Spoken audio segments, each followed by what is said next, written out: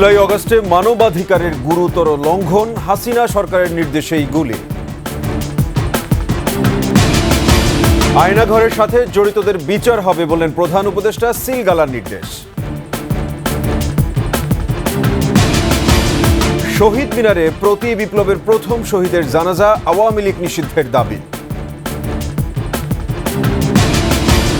বৃহৎ পরিসরের সংস্কারের উদ্যোগ সঠিক হয়নি, নির্বাচন দীর্ঘায়িত হলে প্রতি বিপ্লবের আশঙ্কা।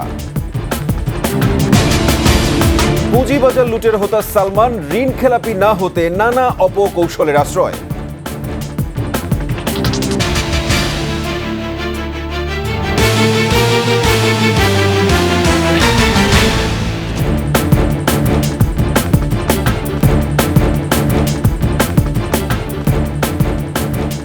শুনছিলেন সংবাদ শিরোনাম। আমন্ত্রণ রাতের ২১ সংবাদের সাথে আছি আমি সাব্বির আহমেদ।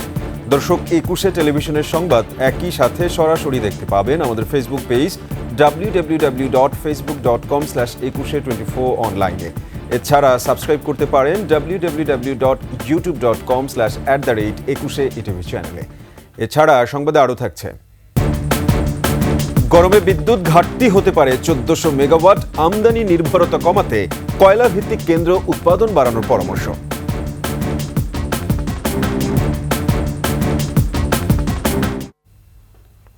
শেখ হাসিনা ও আওয়ামী লীগের শীর্ষ নেতাদের বিরুদ্ধে পদ্ধতিগতভাবে গুরুতর মানবাধিকার লঙ্ঘন ও নির্যাতনের প্রমাণ পেয়েছে জাতিসংঘের ফ্যাক্ট ফাইন্ডিং মিশন।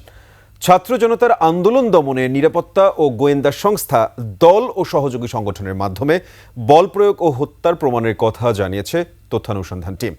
শেখ হাসিনাকে জবাবদিহিতায় আনতে আন্তর্জাতিক আইন অনুযায়ী সহায়তার আশ্বাসও দিয়েছে জাতিসংঘের এই মিশন। বিস্তারিত আকবর হোসেন সুমনের রিপোর্টে।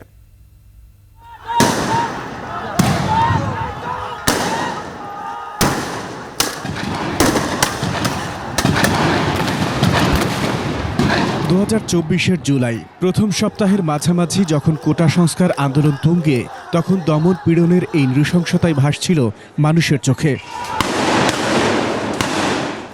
আগস্টের প্রথম সপ্তাহ পর্যন্ত ১৪০০ নিহত ও কয়েক হাজার মানুষ আহত হয়েছে।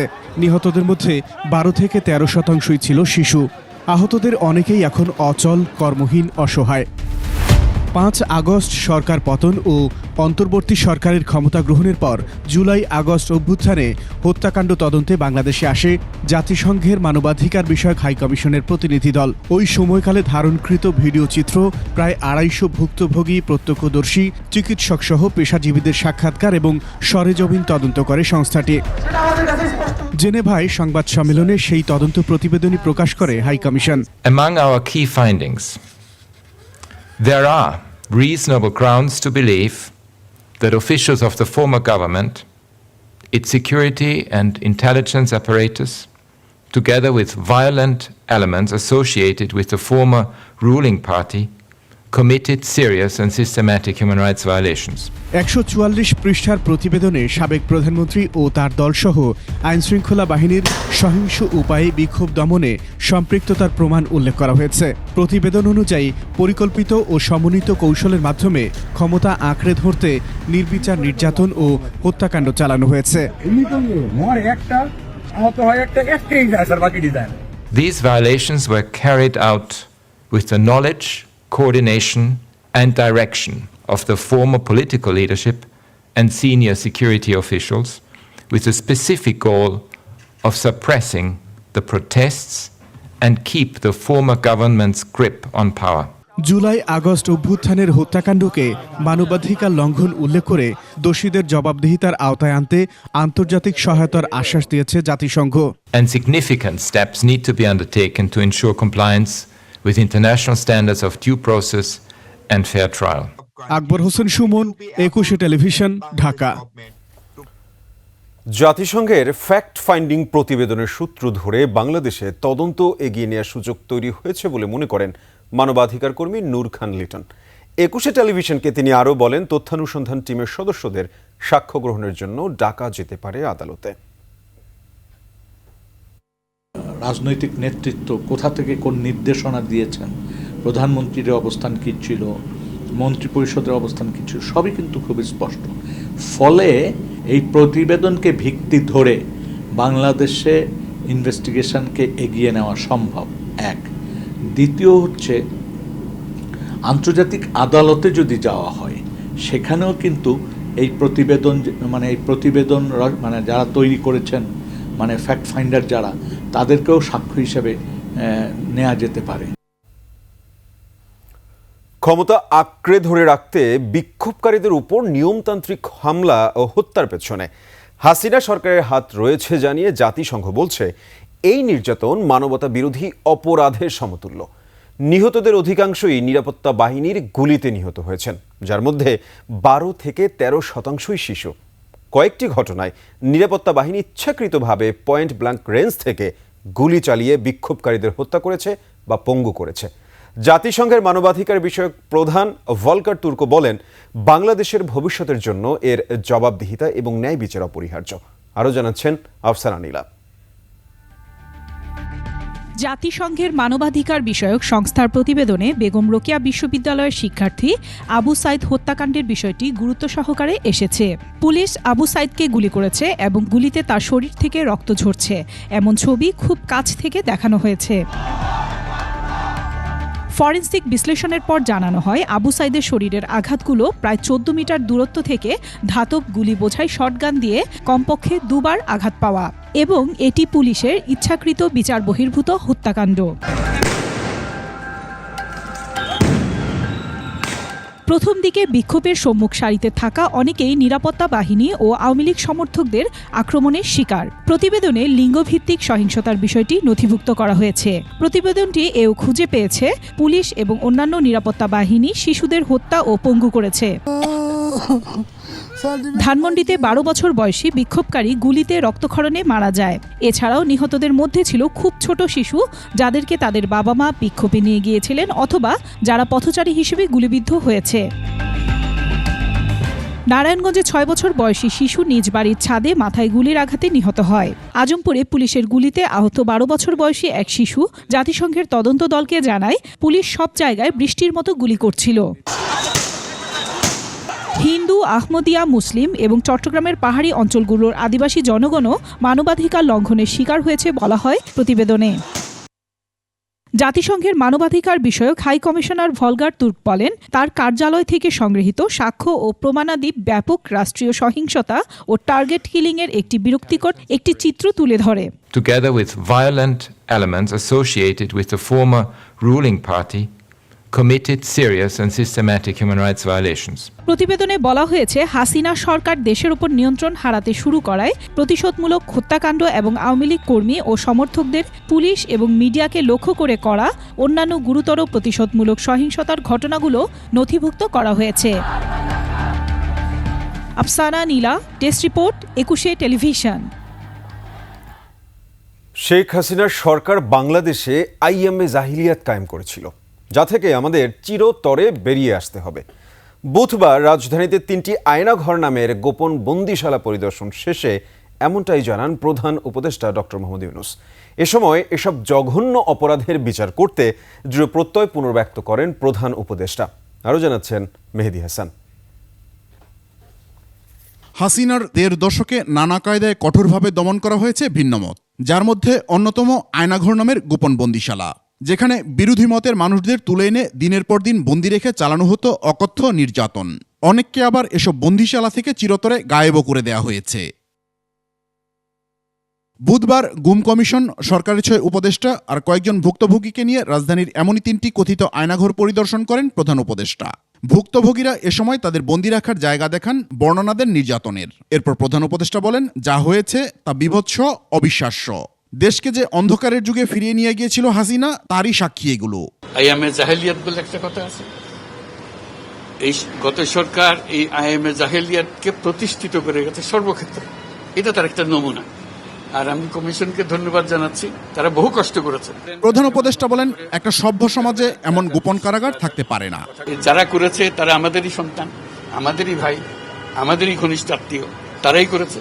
এবং আমরা এই সমাজকে যদি এর থেকে বের করে না আনতে পারি, তাহলে এই সমাজ তো টিকে থাকবে না। এসব কুকর্মের সাথে জড়িত সবাইকে বিচারের আওতায় আনার কথা আবারও দৃঢ়ভাবে জানান প্রধান উপদেষ্টা।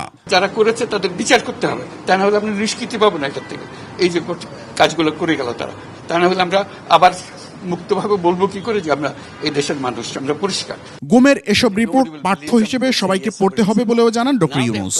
যে ডকুমেন্টেশন গুম কমিশনের রিপোর্টের মধ্যে থাকবে। মেহেদী হাসান, 21 টেলিভিশন, ঢাকা। এবং তার গুম কমিশন এবং জাতিসংঘের তথ্য অনুসন্ধান দলের প্রতিবেদনের প্রতিটি সুপারিশ সরকার গুরুত্বের সঙ্গে নেবে বলে জানিয়েছে প্রধান উপদেষ্টা প্রেস উইং। বুধবার ব্রিফিংয়ে এমনটা জানিয়েছে তারা। মেহেদী হাসানের রিপোর্ট। জাতিসংঘের তথ্য অনুসন্ধান দলের রিপোর্টে 1 জুলাই থেকে 15 আগস্টের ঘটনা বিশ্লেষণ করে বলা হয়েছে, সে সময় মানবাধিকারের গুরুতর লঙ্ঘন হয়েছে, যার নেতৃত্ব দিয়েছেন স্বয়ং হাসিনা।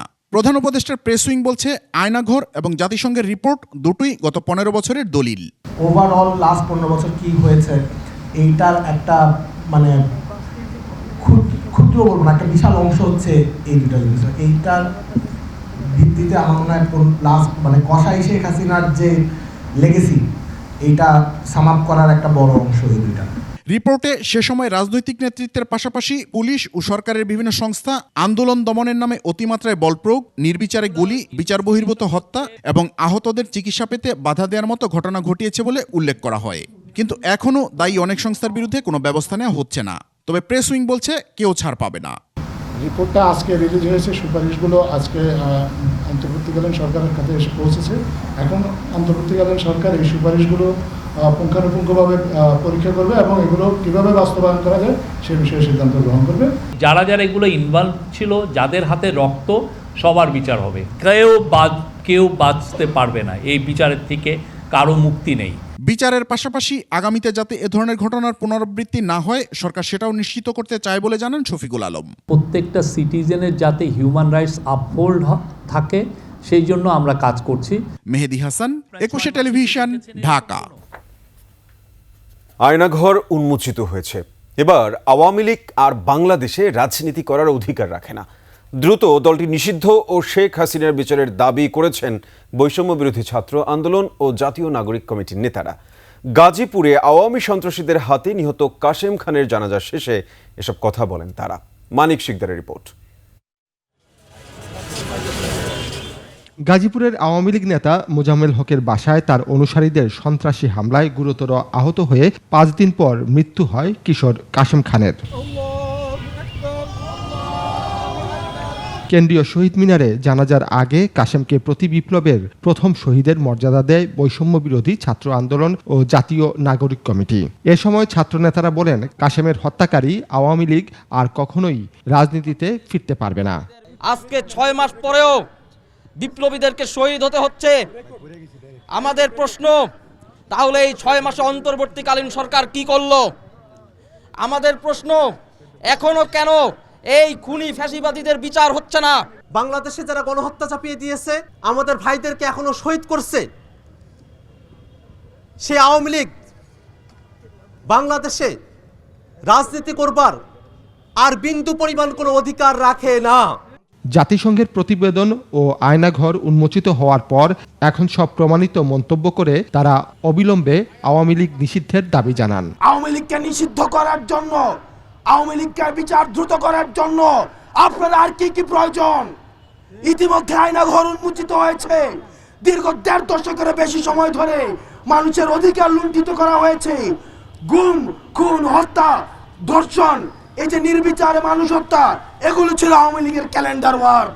জানাজার পর মিছিল নিয়ে শাহবাগ প্রদক্ষিণ করেন বিক্ষুব্ধ শিক্ষার্থীরা। মানিক শিকদার, 21 টেলিভিশন, ঢাকা। এদিকে গাজীপুরে আওয়ামী সন্ত্রাসীদের হামলায় আবুল কাশেম নিহতের প্রতিবাদ এবং আওয়ামী লীগকে নিষিদ্ধ করার দাবিতে দেশের বিভিন্ন স্থানে বিক্ষোভ মিছিল করেছেন শিক্ষার্থীরা। রাতে গাজীপুর শহরের শিববাড়ি মোড় থেকে ডিসি অফিস পর্যন্ত বিক্ষোভ মিছিল হয়েছে। এ সময় বৈষম্য বিরোধী ছাত্র আন্দোলনের গাজীপুরের নেতারা জানান, কাশেমের মৃত্যুতে কেন্দ্রীয়ভাবে কর্মসূচি ঘোষণা করা হয়েছে।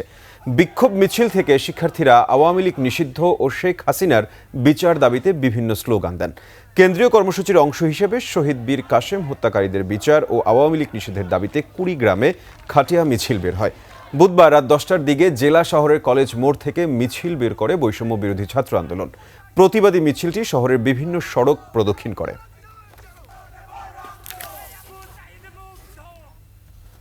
অন্তর্বর্তী সরকারের বৃহৎ পরিসরে সংস্কারের উদ্যোগ নেওয়া সঠিক হয়নি বলে মন্তব্য করেছেন বিএনপি নেতারা। নির্বাচনের সময় দীর্ঘায়িত হলে প্রতি বিপ্লব হতে পারে বলেও আশঙ্কা তাদের। চলমান পরিস্থিতিতে আয়োজিত এক চা চক্রে যোগ দিয়ে রাজনৈতিক ঐক্য বিনষ্টের ষড়যন্ত্রের বিরুদ্ধে সবাইকে ঐক্যবদ্ধ থাকারও আহ্বান জানান বক্তারা। মাহিলা ইসলামের রিপোর্ট। দেশের বর্তমান বাস্তবতায় সমাধান কোন পথে এ নিয়ে রাজনীতি সহ সব মহলে যখন জোর আলোচনা, তখন ফ্যাসিবাদ বিরোধী সব দল ও মতকে নিয়ে চা চক্রের আয়োজন করে নাগরিক ঐক্য। রাজধানীর একটি হোটেলে এই মত বিনিময়ের অংশ নিয়ে সংকট সমাধানের রাজনৈতিক দলগুলোর ঐক্যমত্যে পৌঁছা জরুরি বলে মনে করেন শিক্ষার্থী প্রতিনিধিরা। একটা শক্তিশালী জাতীয় রাজনৈতিক ঐক্যমত্যের মাধ্যমে আমরা যদি সবাই একমত হতে পারি, তাহলে আমাদের বাংলাদেশের যে নতুন বাংলাদেশ পুনর্গঠনের আমাদের স্বপ্ন, সেই স্বপ্ন বাস্তবের দিকে ধাবিত হবে। তবে রাজনৈতিক দলগুলো বলছে, পরিস্থিতি নিয়ন্ত্রণে একের পর এক ব্যর্থতার পরিচয় দিচ্ছে অন্তর্বর্তী সরকার। এমন অবস্থায় নির্বাচন অনুষ্ঠানের বিকল্প নেই বলে মনে করেন তারা। প্রশ্ন উঠছে শিক্ষার্থীদের দল নিয়েও।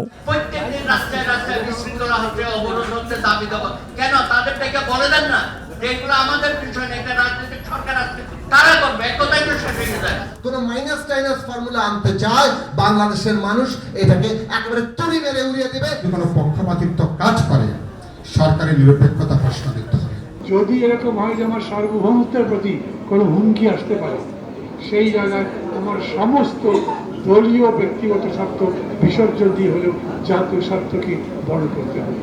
চা চক্রে উপস্থিত ছিলেন দেশের বৃহত্তর রাজনৈতিক দল বিএনপির নীতি নির্ধারকরাও।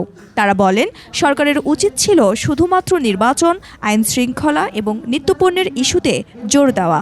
আমি মনে করি যে সরকারের উচিত এখন তার ক্যানভাসটাকে ছোট করে নিয়ে এসে আইন শৃঙ্খলা, বাজার দর এবং নির্বাচনের দিকে ধাবিত করা। যে বিষয়গুলো আমাদের এখন ঐক্যমত্য আসে নাই, সেগুলো নিয়ে আলোচনা করে অনেকগুলো বিষয়তে গ্রেটার কনসেনসাস সৃষ্টি করতে হবে এবং সেগুলো বাস্তবায়ন করতে হবে স্বল্পমেয়াদে এবং দীর্ঘমেয়াদে, এবং সেজন্য অতি অবশ্যই দরকার একটি নির্বাচন। এখন পর্যন্ত সার্বিক দিক বিবেচনায় বর্তমান সরকারের অধীনেই সুষ্ঠু নির্বাচন সম্ভব বলেও জানান বিএনপি নেতারা। নির্বাচনের আয়োজন করুক, সেটা আমাদের সবার কাম্য। মাহিলা ইসলাম, 21 টেলিভিশন, ঢাকা। যৌথ বাহিনীর বিশেষ অভিযান অপারেশন ডেভিল হান্টের চতুর্থ দিনে সারা দেশে গ্রেপ্তার করা হয়েছে ১,৬৮৬ জনকে। এ নিয়ে 4 দিন গ্রেপ্তার ৬,২১০ জন। আর গত ২৪ ঘন্টায় উদ্ধার করা হয়েছে ৮টি আগ্নেয়াস্ত্র। প্রতিনিধিদের তথ্য ছবিতে ইউসুফ হাসান নাইমের রিপোর্ট। অপরাধী ও সন্ত্রাসীদের ধরতে সারা দেশে অপারেশন ডেভিল হান্ট পরিচালনা করছে আইনশৃঙ্খলা রক্ষাকারী বাহিনী। রংপুরে নিষিদ্ধ সংগঠন ছাত্রলীগের কারমাইকেল বিশ্ববিদ্যালয় শাখার সাধারণ সম্পাদক জাবেদ আহমেদ ও জেলা ওলামা লীগের সদস্য শামসুলকে গ্রেপ্তার করেছে পুলিশ। বৈষম্য বিরোধী আন্দোলনে হামলাসহ বিভিন্ন ঘটনায় মামলা রয়েছে তাদের বিরুদ্ধে। চট্টগ্রাম নগরীর বিভিন্ন স্থানে অভিযান চালিয়ে আওয়ামী লীগ, ছাত্রলীগের ২৮ জন নেতাকর্মীকে গ্রেপ্তার করেছে পুলিশ। কুমিল্লায় অপারেশন ডেভিল হান্টে ৬ আওয়ামী লীগ ও সহযোগী সংগঠনের নেতাকর্মীকে গ্রেপ্তার করেছে যৌথ বাহিনী। ময়মনসিংহে ডেভিল হান্ট অপারেশনে ২২ জনকে গ্রেপ্তার করা হয়। এর মধ্যে নিষিদ্ধ সংগঠন ছাত্রলীগের নেতাকর্মীরাও রয়েছে। রাজশাহীতে অপারেশন ডেভিল হান্টের অভিযানে 2 জনকে গ্রেপ্তার করা হয়েছে। তারা দুজনেই আওয়ামী লীগ ও যুবলীগের কর্মী। টাঙ্গাইলে অপারেশন ডেভিল হান্টে ২৮টি অভিযান পরিচালনা করা হয়। ছাত্র জনতার উপর হামলার সাথে সম্পৃক্ত 15 জনকে গ্রেপ্তার করা হয়। সুনামগঞ্জে বিভিন্ন স্থানে 6 জনকে গ্রেপ্তার করেছে যৌথ বাহিনী। গ্রেপ্তারকৃতরা যুবলীগ ও স্বেচ্ছাসেবক লীগের নেতাকর্মীরা। সাভার ও আশুলিয়ায় অপারেশন ডেভিল হান্ট অভিযানে অস্ত্রসহ 7 জনকে গ্রেপ্তার করা হয়েছে। নারায়ণগঞ্জের রূপগঞ্জে আওয়ামী লীগ নেতাসহ 3 জনকে গ্রেপ্তার করা হয়েছে। তাদের বিরুদ্ধে বৈষম্য বিরোধী ছাত্র আন্দোলনে হামলা ও হত্যা মামলা রয়েছে। গাজীপুরে অভিযানে 48 জনকে আটক করা হয়।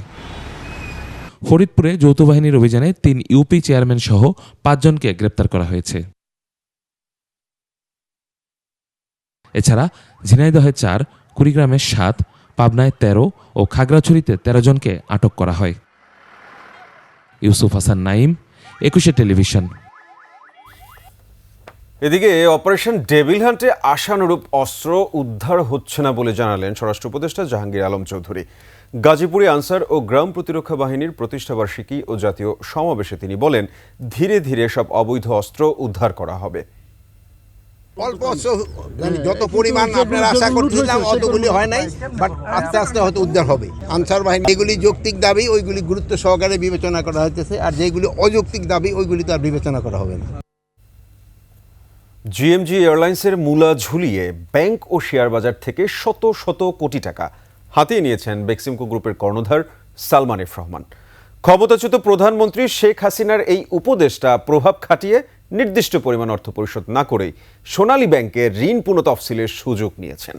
খেলাপির খাতায় যাতে নাম না ওঠে তা নিশ্চিত করতে অবলম্বন করেছে নানা অপকৌশল, দিয়েছেন মিথ্যা সব তথ্য। সম্প্রতি বাংলাদেশ ব্যাংকের অনুসন্ধানে উঠে এসেছে এসব ভয়াবহ তথ্য। বিস্তারিত সঞ্জয় অধিকারী রিপোর্টে।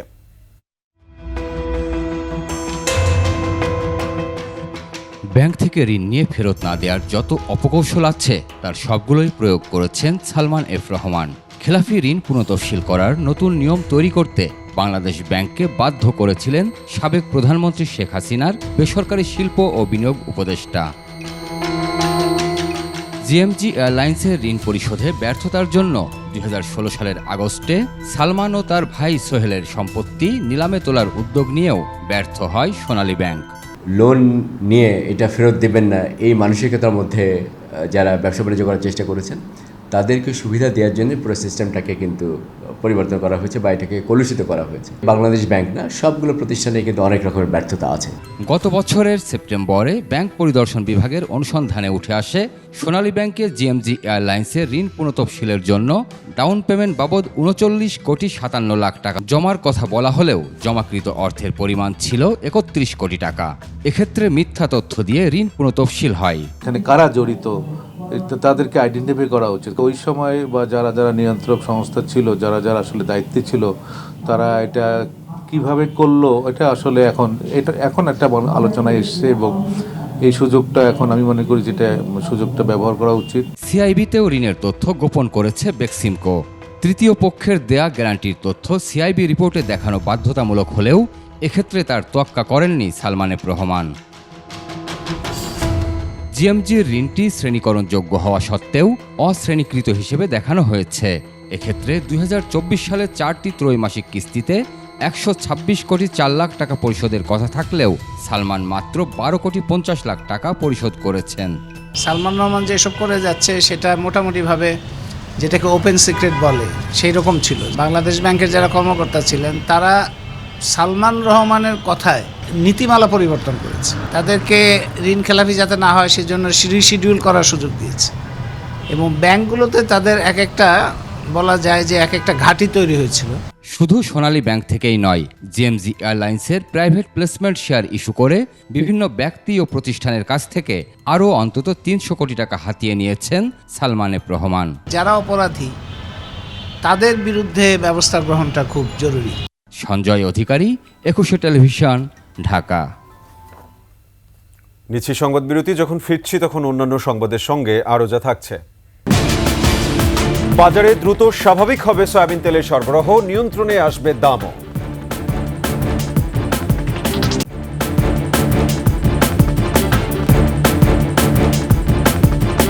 আমন্ত্রণ আবারও রাতের 21 সংবাদে।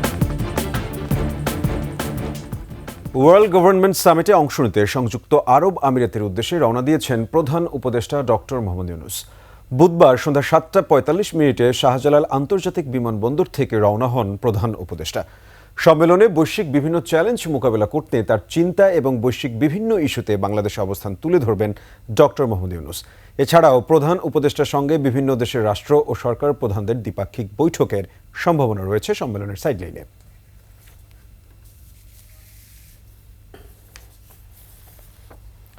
আসছে গরমে বিদ্যুতের চাহিদা দাঁড়াতে পারে 18,000 মেগাওয়াট। লোডশেডিং হতে পারে 700 থেকে 1400 মেগাওয়াট। এ অবস্থায় ফার্নেস ওয়েল এবং গ্যাস ভিত্তিক বিদ্যুৎ কেন্দ্রের অপচয় বন্ধ হলে সরকারের সাশ্রয় হবে 26,000 কোটি টাকা। অন্যদিকে অতিরিক্ত টাকায় আদানির বিদ্যুৎ আমদানি না করে দেশীয় কয়লাভিত্তিক বিদ্যুৎ কেন্দ্র পুরোপুরি চালুর তাগিদ দিলেন জ্বালানি বিশেষজ্ঞরা। তৌহিদুর রহমানের রিপোর্ট। আসছে গরমকাল, আসছে পবিত্র রমজান, সেই সাথে বিদ্যুৎ নিয়ে সাধারণ মানুষ সহ আশঙ্কা বাড়ছে উদ্যোক্তাদেরও। শীতকালে তুলনামূলকভাবে চাহিদা কম থাকলেও বিভিন্ন স্থানে, বিশেষ করে গ্রামে লোডশেডিং হয়েছে। আসন্ন গরম এবং রমজানে লোডশেডিং মুক্ত রাখতে সম্প্রতি নানা পরিকল্পনা নেওয়া হয়েছে বলে জানান বিদ্যুৎ ও জ্বালানি উপদেষ্টা। তবু 1,500 মেগাওয়াট বেশি লোডশেডিং থাকতে পারে বলে মনে করছেন বিশেষজ্ঞরা। বাস্তবে লোডশেডিং আরও বেশি। এখন ভারতীয় কোম্পানি আদানির বিদ্যুৎ আসছে 800 মেগাওয়াট। গরমে আদানির সঙ্গে চুক্তির পুরো 1600 মেগাওয়াট বিদ্যুৎ দিতে বলেছে সরকার। মঙ্গলবার সন্ধ্যায় 11,421 মেগাওয়াট বিদ্যুতের চাহিদার বিপরীতে উৎপাদন হয়েছে 11,377 মেগাওয়াট। দেশে বর্তমানে বিদ্যুৎ উৎপাদন সক্ষমতা প্রায় 27,000 মেগাওয়াট। গ্রিডের বাইরে নবায়নযোগ্য বিদ্যুৎ আছে আরও 3,223 মেগাওয়াট। তবে সক্ষমতা অনুযায়ী উৎপাদনে নেই কেন্দ্রগুলো। গেল এপ্রিলে সর্বোচ্চ 16,477 মেগাওয়াট বিদ্যুৎ উৎপাদন হয়েছে। এবছর 18,000 মেগাওয়াট উৎপাদন হবে বলে আশ্বস্ত করছে সরকার। আসছে গরমে লোডশেডিং হওয়ার আশঙ্কা নিয়ে কথা বললেন জ্বালানি বিশেষজ্ঞরা। পরিকল্পনা মাফিক লোডশেডিং যদি বাস্তবায়ন করতে পারে, লোডশেডিং এর অভিঘাত এত বেশি ভোক্তাদের জন্য তীব্র হওয়ার কথা নয়। তারা বলেন আদানির বিদ্যুৎ আসলেও লোডশেডিং থাকবে। এই মুহূর্তে দেশে যে ধরনের জ্বালানির সরবরাহ রয়েছে, অভ্যন্তরীণ গ্যাস এবং যতটুকু আমরা এলএনজি আমদানি করছি সেটুকু, ডলারের যে সংকট, তাতে আমাদের কাছে মনে হয় যে এই সংকটটি শুধুমাত্র আদানিকে যুক্ত করেই যে আপনি পূর্ণ মাত্রায় বিদ্যুৎ সরবরাহ গরমের কালে করতে পারবেন সেটা কোনোভাবেই সম্ভব না। যেই দামে তার কাছ থেকে বিদ্যুৎ কেনা হবে, সেই দামে যদি কয়লা সরবরাহ বাড়িয়ে বিদ্যুৎ উৎপাদন করার বিষয়টি সরকার গুরুত্ব দেয়, তাহলে আমার ধারণা 1.5 গুণ বিদ্যুৎ অলমোস্ট কম বেশি বাড়ানো যাবে। কয়লাভিত্তিক বিদ্যুৎ কেন্দ্র থেকে উৎপাদন হচ্ছে 3,199 মেগাওয়াটের মতো, যদিও উৎপাদন সক্ষমতা 7,099 মেগাওয়াট। তৌহিদুর রহমান, 21 টেলিভিশন, ঢাকা। আগামী 7 থেকে 10 দিনের মধ্যে বাজারে স্বাভাবিক হবে সয়াবিন তেলের সরবরাহ। দামও আসবে নিয়ন্ত্রণে, এমনটা জানিয়েছেন বাণিজ্য উপদেষ্টা বশির আহমেদ। বলেছেন, চিনি, খেজুর, ছোলা সহ রোজার অন্য পণ্যের কোনো সংকট নেই, বরং বেশিই আছে। আরও জানাচ্ছেন প্রণব চক্রবর্তী। প্রতি বছর রোজার আগেই বাজারে সৃষ্টি হয় কৃত্রিম সংকট, বাড়ে নিত্য পণ্যের দাম, যার পেছনে থাকে বড় একটি চক্র। এবছরও এরই মধ্যে বাজার থেকে উধাও সয়াবিন তেল। দুশ্চিন্তায় ভুগতে শুরু করেছেন মানুষ। তবে সচিবালয়ে বাণিজ্য উপদেষ্টা আশ্বস্ত করলেন, রমজানের সব ধরনের পণ্যই পর্যাপ্ত রয়েছে দেশে। আশার বাণী শোনালেন, কয়েকদিনের মধ্যেই স্থিতিশীলতা আসবে তেলের বাজারেও। রমজানের যত পণ্য, খেজুর, ছোলা, ডাল, চিনি, শুধুমাত্র তেল একটা সমস্যা বিরাজ করছে। আমি আশা করি 7 থেকে 10 দিনের মধ্যে তেলের বাজার স্থিতিশীল থেকে নিম্নমুখী হয়ে যাবে। এ সময় নৌ পরিবহন ও শ্রম উপদেষ্টা এম সাখাওয়াত হোসেন জানান, পণ্যবাহী জাহাজের জট রয়েছে সমুদ্রে, সেগুলো খালাস হয়ে বাজারে এলেই দূর হবে পণ্য সংকট। যাদের লাইটার আছে ওই যে কোম্পানি, ওরা নিজেদের জিনিস নিয়ে আনাচে কানাচে বসে আছে, যাতে একটু বাজার হলে তারপরে তারা যাবে। এটা হচ্ছে না বলে কিছুটা এখানে জ্যাম হয়ে আছে। আজকে ম্যাজিস্ট্রেটস হ্যাভ গন আউট, 39 জন না কতজনকে ফাইন করা হয়েছে এবং আনলোড করা হয়েছে। রোজার আগে বেক্সিমকোর সকল শ্রমিকদের পাওনা পরিশোধ করা হবে জানিয়ে শ্রম উপদেষ্টা বলেন, প্রতিষ্ঠানটির চাকরিহারা শ্রমিকদের জন্য নতুন কর্মসংস্থানের ব্যবস্থা করতে চেষ্টা করবে সরকার। এতগুলো লোককে বেকার থাকতে দিতে পারি না। প্রণব চক্রবর্তী, 21 টেলিভিশন, ঢাকা। গণঅভ্যুত্থান পরবর্তী বাংলাদেশে নতুন রাজনৈতিক দল গঠনে শিক্ষার্থীদের মতামত জানতে জরিপ কর্মসূচি শুরু করেছে বৈষম্য বিরোধী ছাত্র আন্দোলন।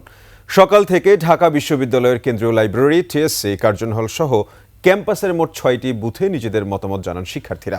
মতামত ফর্মে নতুন দলের নাম ও প্রতীক কী হবে এমন কিছু প্রশ্নেও নিজেদের উত্তর জানান শিক্ষার্থীরা।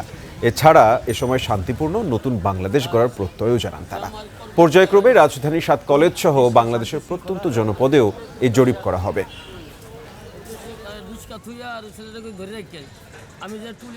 আমার যে প্রত্যাশা সেটা যদি তারা সফল এবং পূরণ করতে পারে তাহলেই হবে। একটা দল জনমত যদি গ্রহণ করতে না পারে, জনগণের কাছে যদি যেতে না পারে, তাহলে ওই দলটা বাংলাদেশে বা কোনো দেশেই রাজনীতি করতে পারবে না। প্রত্যেক নাগরিক তাদের ভোট প্রয়োগ করার মাধ্যমে গণতান্ত্রিক পদ্ধতিতে সরকার নির্বাচন করবে। আপনি কেমন বাংলাদেশকে পেতে চান এবং আপনি কেমন বাংলাদেশ ওন করেন? পরিস্থিতি এইটাকে সামাল দেওয়ার জন্য একটা নতুন সরকার গঠন করার, যেটা সুষ্ঠু একটা বাংলাদেশ গড়তে সহায়তা করবে। মানুষের ইচ্ছা এবং আশা অনুযায়ী দেশের মানুষের ভাগ্য পরিবর্তন করবে। আমাদের মেইন টার্গেটই থাকবে যে হচ্ছে মানে বৈষম্য, মানে প্রতিটা সেক্টরে বৈষম্যবিহীন বাংলাদেশ। অমর একুশে গ্রন্থমেলায় শিগগিরই প্রকাশিত হবে জনপ্রিয় ইসলামী আলোচক ডক্টর মিজানুর রহমান আজহারী লেখা এক নজরে কুরআন বই। বিকেলে রাজধানীর একটি হোটেলে প্রকাশনা প্রতিষ্ঠান সত্যায়ন প্রকাশ বইটির মোড়ক উন্মোচন অনুষ্ঠানে আয়োজন করে। এ সময় বক্তারা বাংলাদেশের সকল ক্ষেত্রে কোরআনের প্রাসঙ্গিকতার উপর জোর দেন। তারা বলেন, সকল শ্রেণী পেশার মানুষের কাছে কোরআনের বার্তাকে সহজবোধ্য করে তুলতে ধরবে বইটি। বক্তারা আরও বলেন, বইটি বাংলা ভাষাভাষী পাঠকদের সামনে উন্মোচন করবে জ্ঞানের নতুন দুয়ার। অনুষ্ঠানে ডক্টর মিজানুর রহমান আজহারী ছাড়াও বক্তব্য রাখেন দৈনিক আমার দেশ পত্রিকা সম্পাদক মাহমুদুর রহমান, জাতীয় নাগরিক কমিটির মুখ্য সংগঠক সার্জিস আলম সহ বিশিষ্টজনেরা।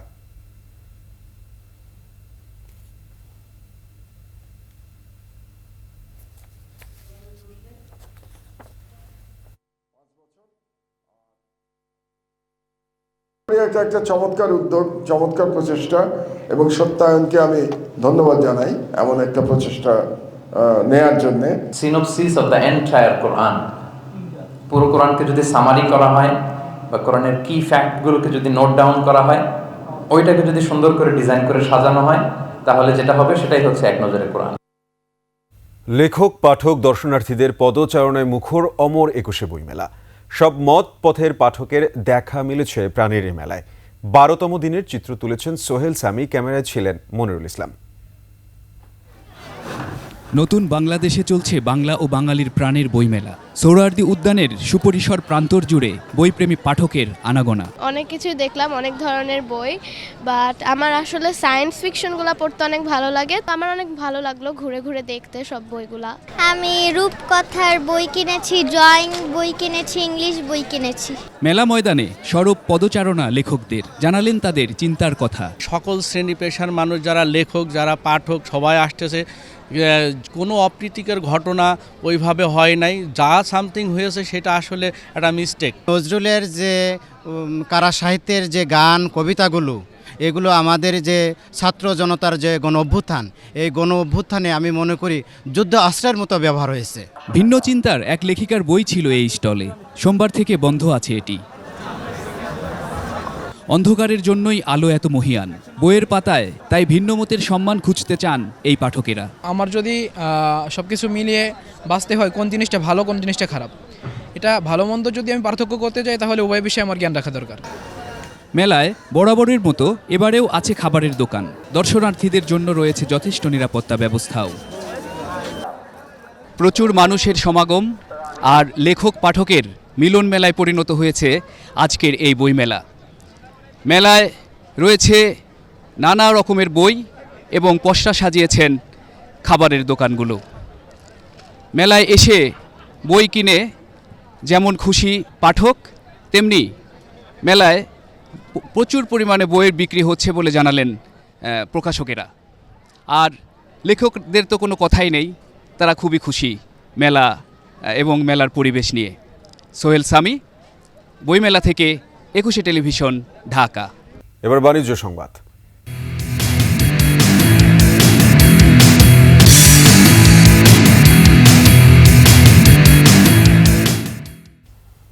অত্যাধুনিক প্রযুক্তি ও দুর্দান্ত পারফরমেন্স সম্পন্ন নতুন এক্সব্লেড পিজিএম এফআই বাজারে আনলো বাংলাদেশ হোন্ডা প্রাইভেট লিমিটেড, যা 160 সিসির সেগমেন্টে আরেকটি নতুন মাইলফলক।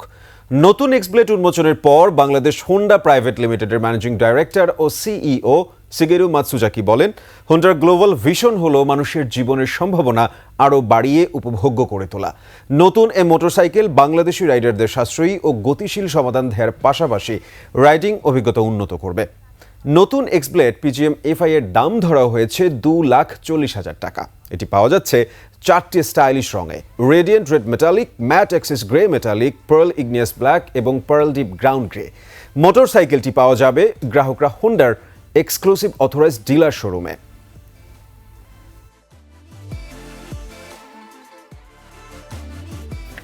মাইলস ব্যান্ডের প্রধান গায়ক প্রয়াত কিংবদন্তি কণ্ঠশিল্পী শাফিন আহমেদের প্রতি শ্রদ্ধাঞ্জলি জানিয়ে echoes of A legend concert হবে 13 ফেব্রুয়ারি। আধুনিক বাংলার রক সঙ্গীতের দিক নির্দেশনা বদলে দেওয়া শাফিন আহমেদের গানের প্রতিটি শব্দ, প্রতিটি সুর জীবনের সঙ্গে যুক্ত এবং তার গায়কী মুগ্ধ করেছে প্রজন্ম থেকে প্রজন্মকে। তার স্মৃতির প্রতি শ্রদ্ধা জানাতে ইকোস অফ এ লেজেন্ড শিরোনামের শ্রদ্ধাঞ্জলি কনসার্টটি শুরু হবে বৃহস্পতিবার সন্ধ্যা 6টায়। রাজধানীর আলোকি হলে কনসার্ট চলবে রাত 12টা পর্যন্ত। কনসার্টে পারফর্ম করবে জনপ্রিয় ব্যান্ড ফিডব্যাক, দলছুট, আর্সেল, অ্যাবয়েড, রাফা, ওজি এবং মাইলস। চ্যাম্পিয়ন্স ট্রফির দলে 5টি পরিবর্তন এনেছে ক্রিকেট অস্ট্রেলিয়া। নেতৃত্ব দেবেন স্টিভেন স্মিথ। ইনজুরির কারণে প্যাট কামিন্স ও জস হ্যাজেলউড যে থাকছেন না তা আগেই জানা গিয়েছিল। এছাড়া ইনজুরি খেলতে দিচ্ছে না মিচেল মার্শকে। মার্কাস স্টোইনিসে ছিল ভরসা। আকস্মিক অবসরের ঘোষণা দিয়েছেন তিনিও। নতুন খবর, পারিবারিক কারণ দেখিয়ে নাম সরিয়ে নিয়েছেন মিচেল স্টার্কও। বিখ্যাত পেস ত্রয়ী স্টার্ক, কামিন্স ও হ্যাজেলউডের প্রত্যেকেই বাদ রইলেন এই আসর থেকে। বিপাকে পড়েই পরিবর্তন আনতে হয়েছে অজি ক্রিকেট বোর্ডকে। এই সাথে শেষ করছি রাতের 21 সংবাদ। যাবার আগে সংবাদ শিরোনামগুলো আরও একবার। জুলাই অগস্টে মানবাধিকারের গুরুতর লঙ্ঘন, হাসিনা সরকারের নির্দেশেই গুলি। আয়নাঘরের সাথে জড়িতদের বিচার হবে বললেন প্রধান উপদেষ্টা, সিল গালার নির্দেশ। শহীদ মিনারে প্রতি বিপ্লবের প্রথম শহীদের জানাজা, আওয়ামী লীগ নিষিদ্ধের দাবি। বৃহৎ পরিসরে সংস্কারের উদ্যোগ সঠিক হয়নি, নির্বাচন দীর্ঘায়িত হলে প্রতি বিপ্লবের আশঙ্কা। পুঁজিবাজার লুটের হতে সালমান, ঋণ খেলাপি না হতে নানা অপকৌশলের আশ্রয়।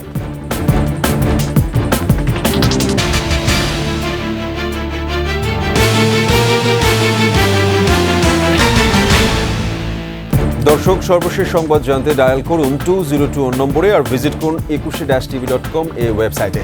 ফেসবুকে ভিজিট করতে পারেন www.facebook.com/2124 অনলাইনে। এছাড়া সাবস্ক্রাইব করতে পারেন www.youtube.com/@21 চ্যানেলে। এতক্ষণ সঙ্গে থাকার জন্য সবাইকে ধন্যবাদ। পরবর্তী সংবাদ রাত 1টায় দেখার আমন্ত্রণ রইল। 21-এর সাথেই থাকুন।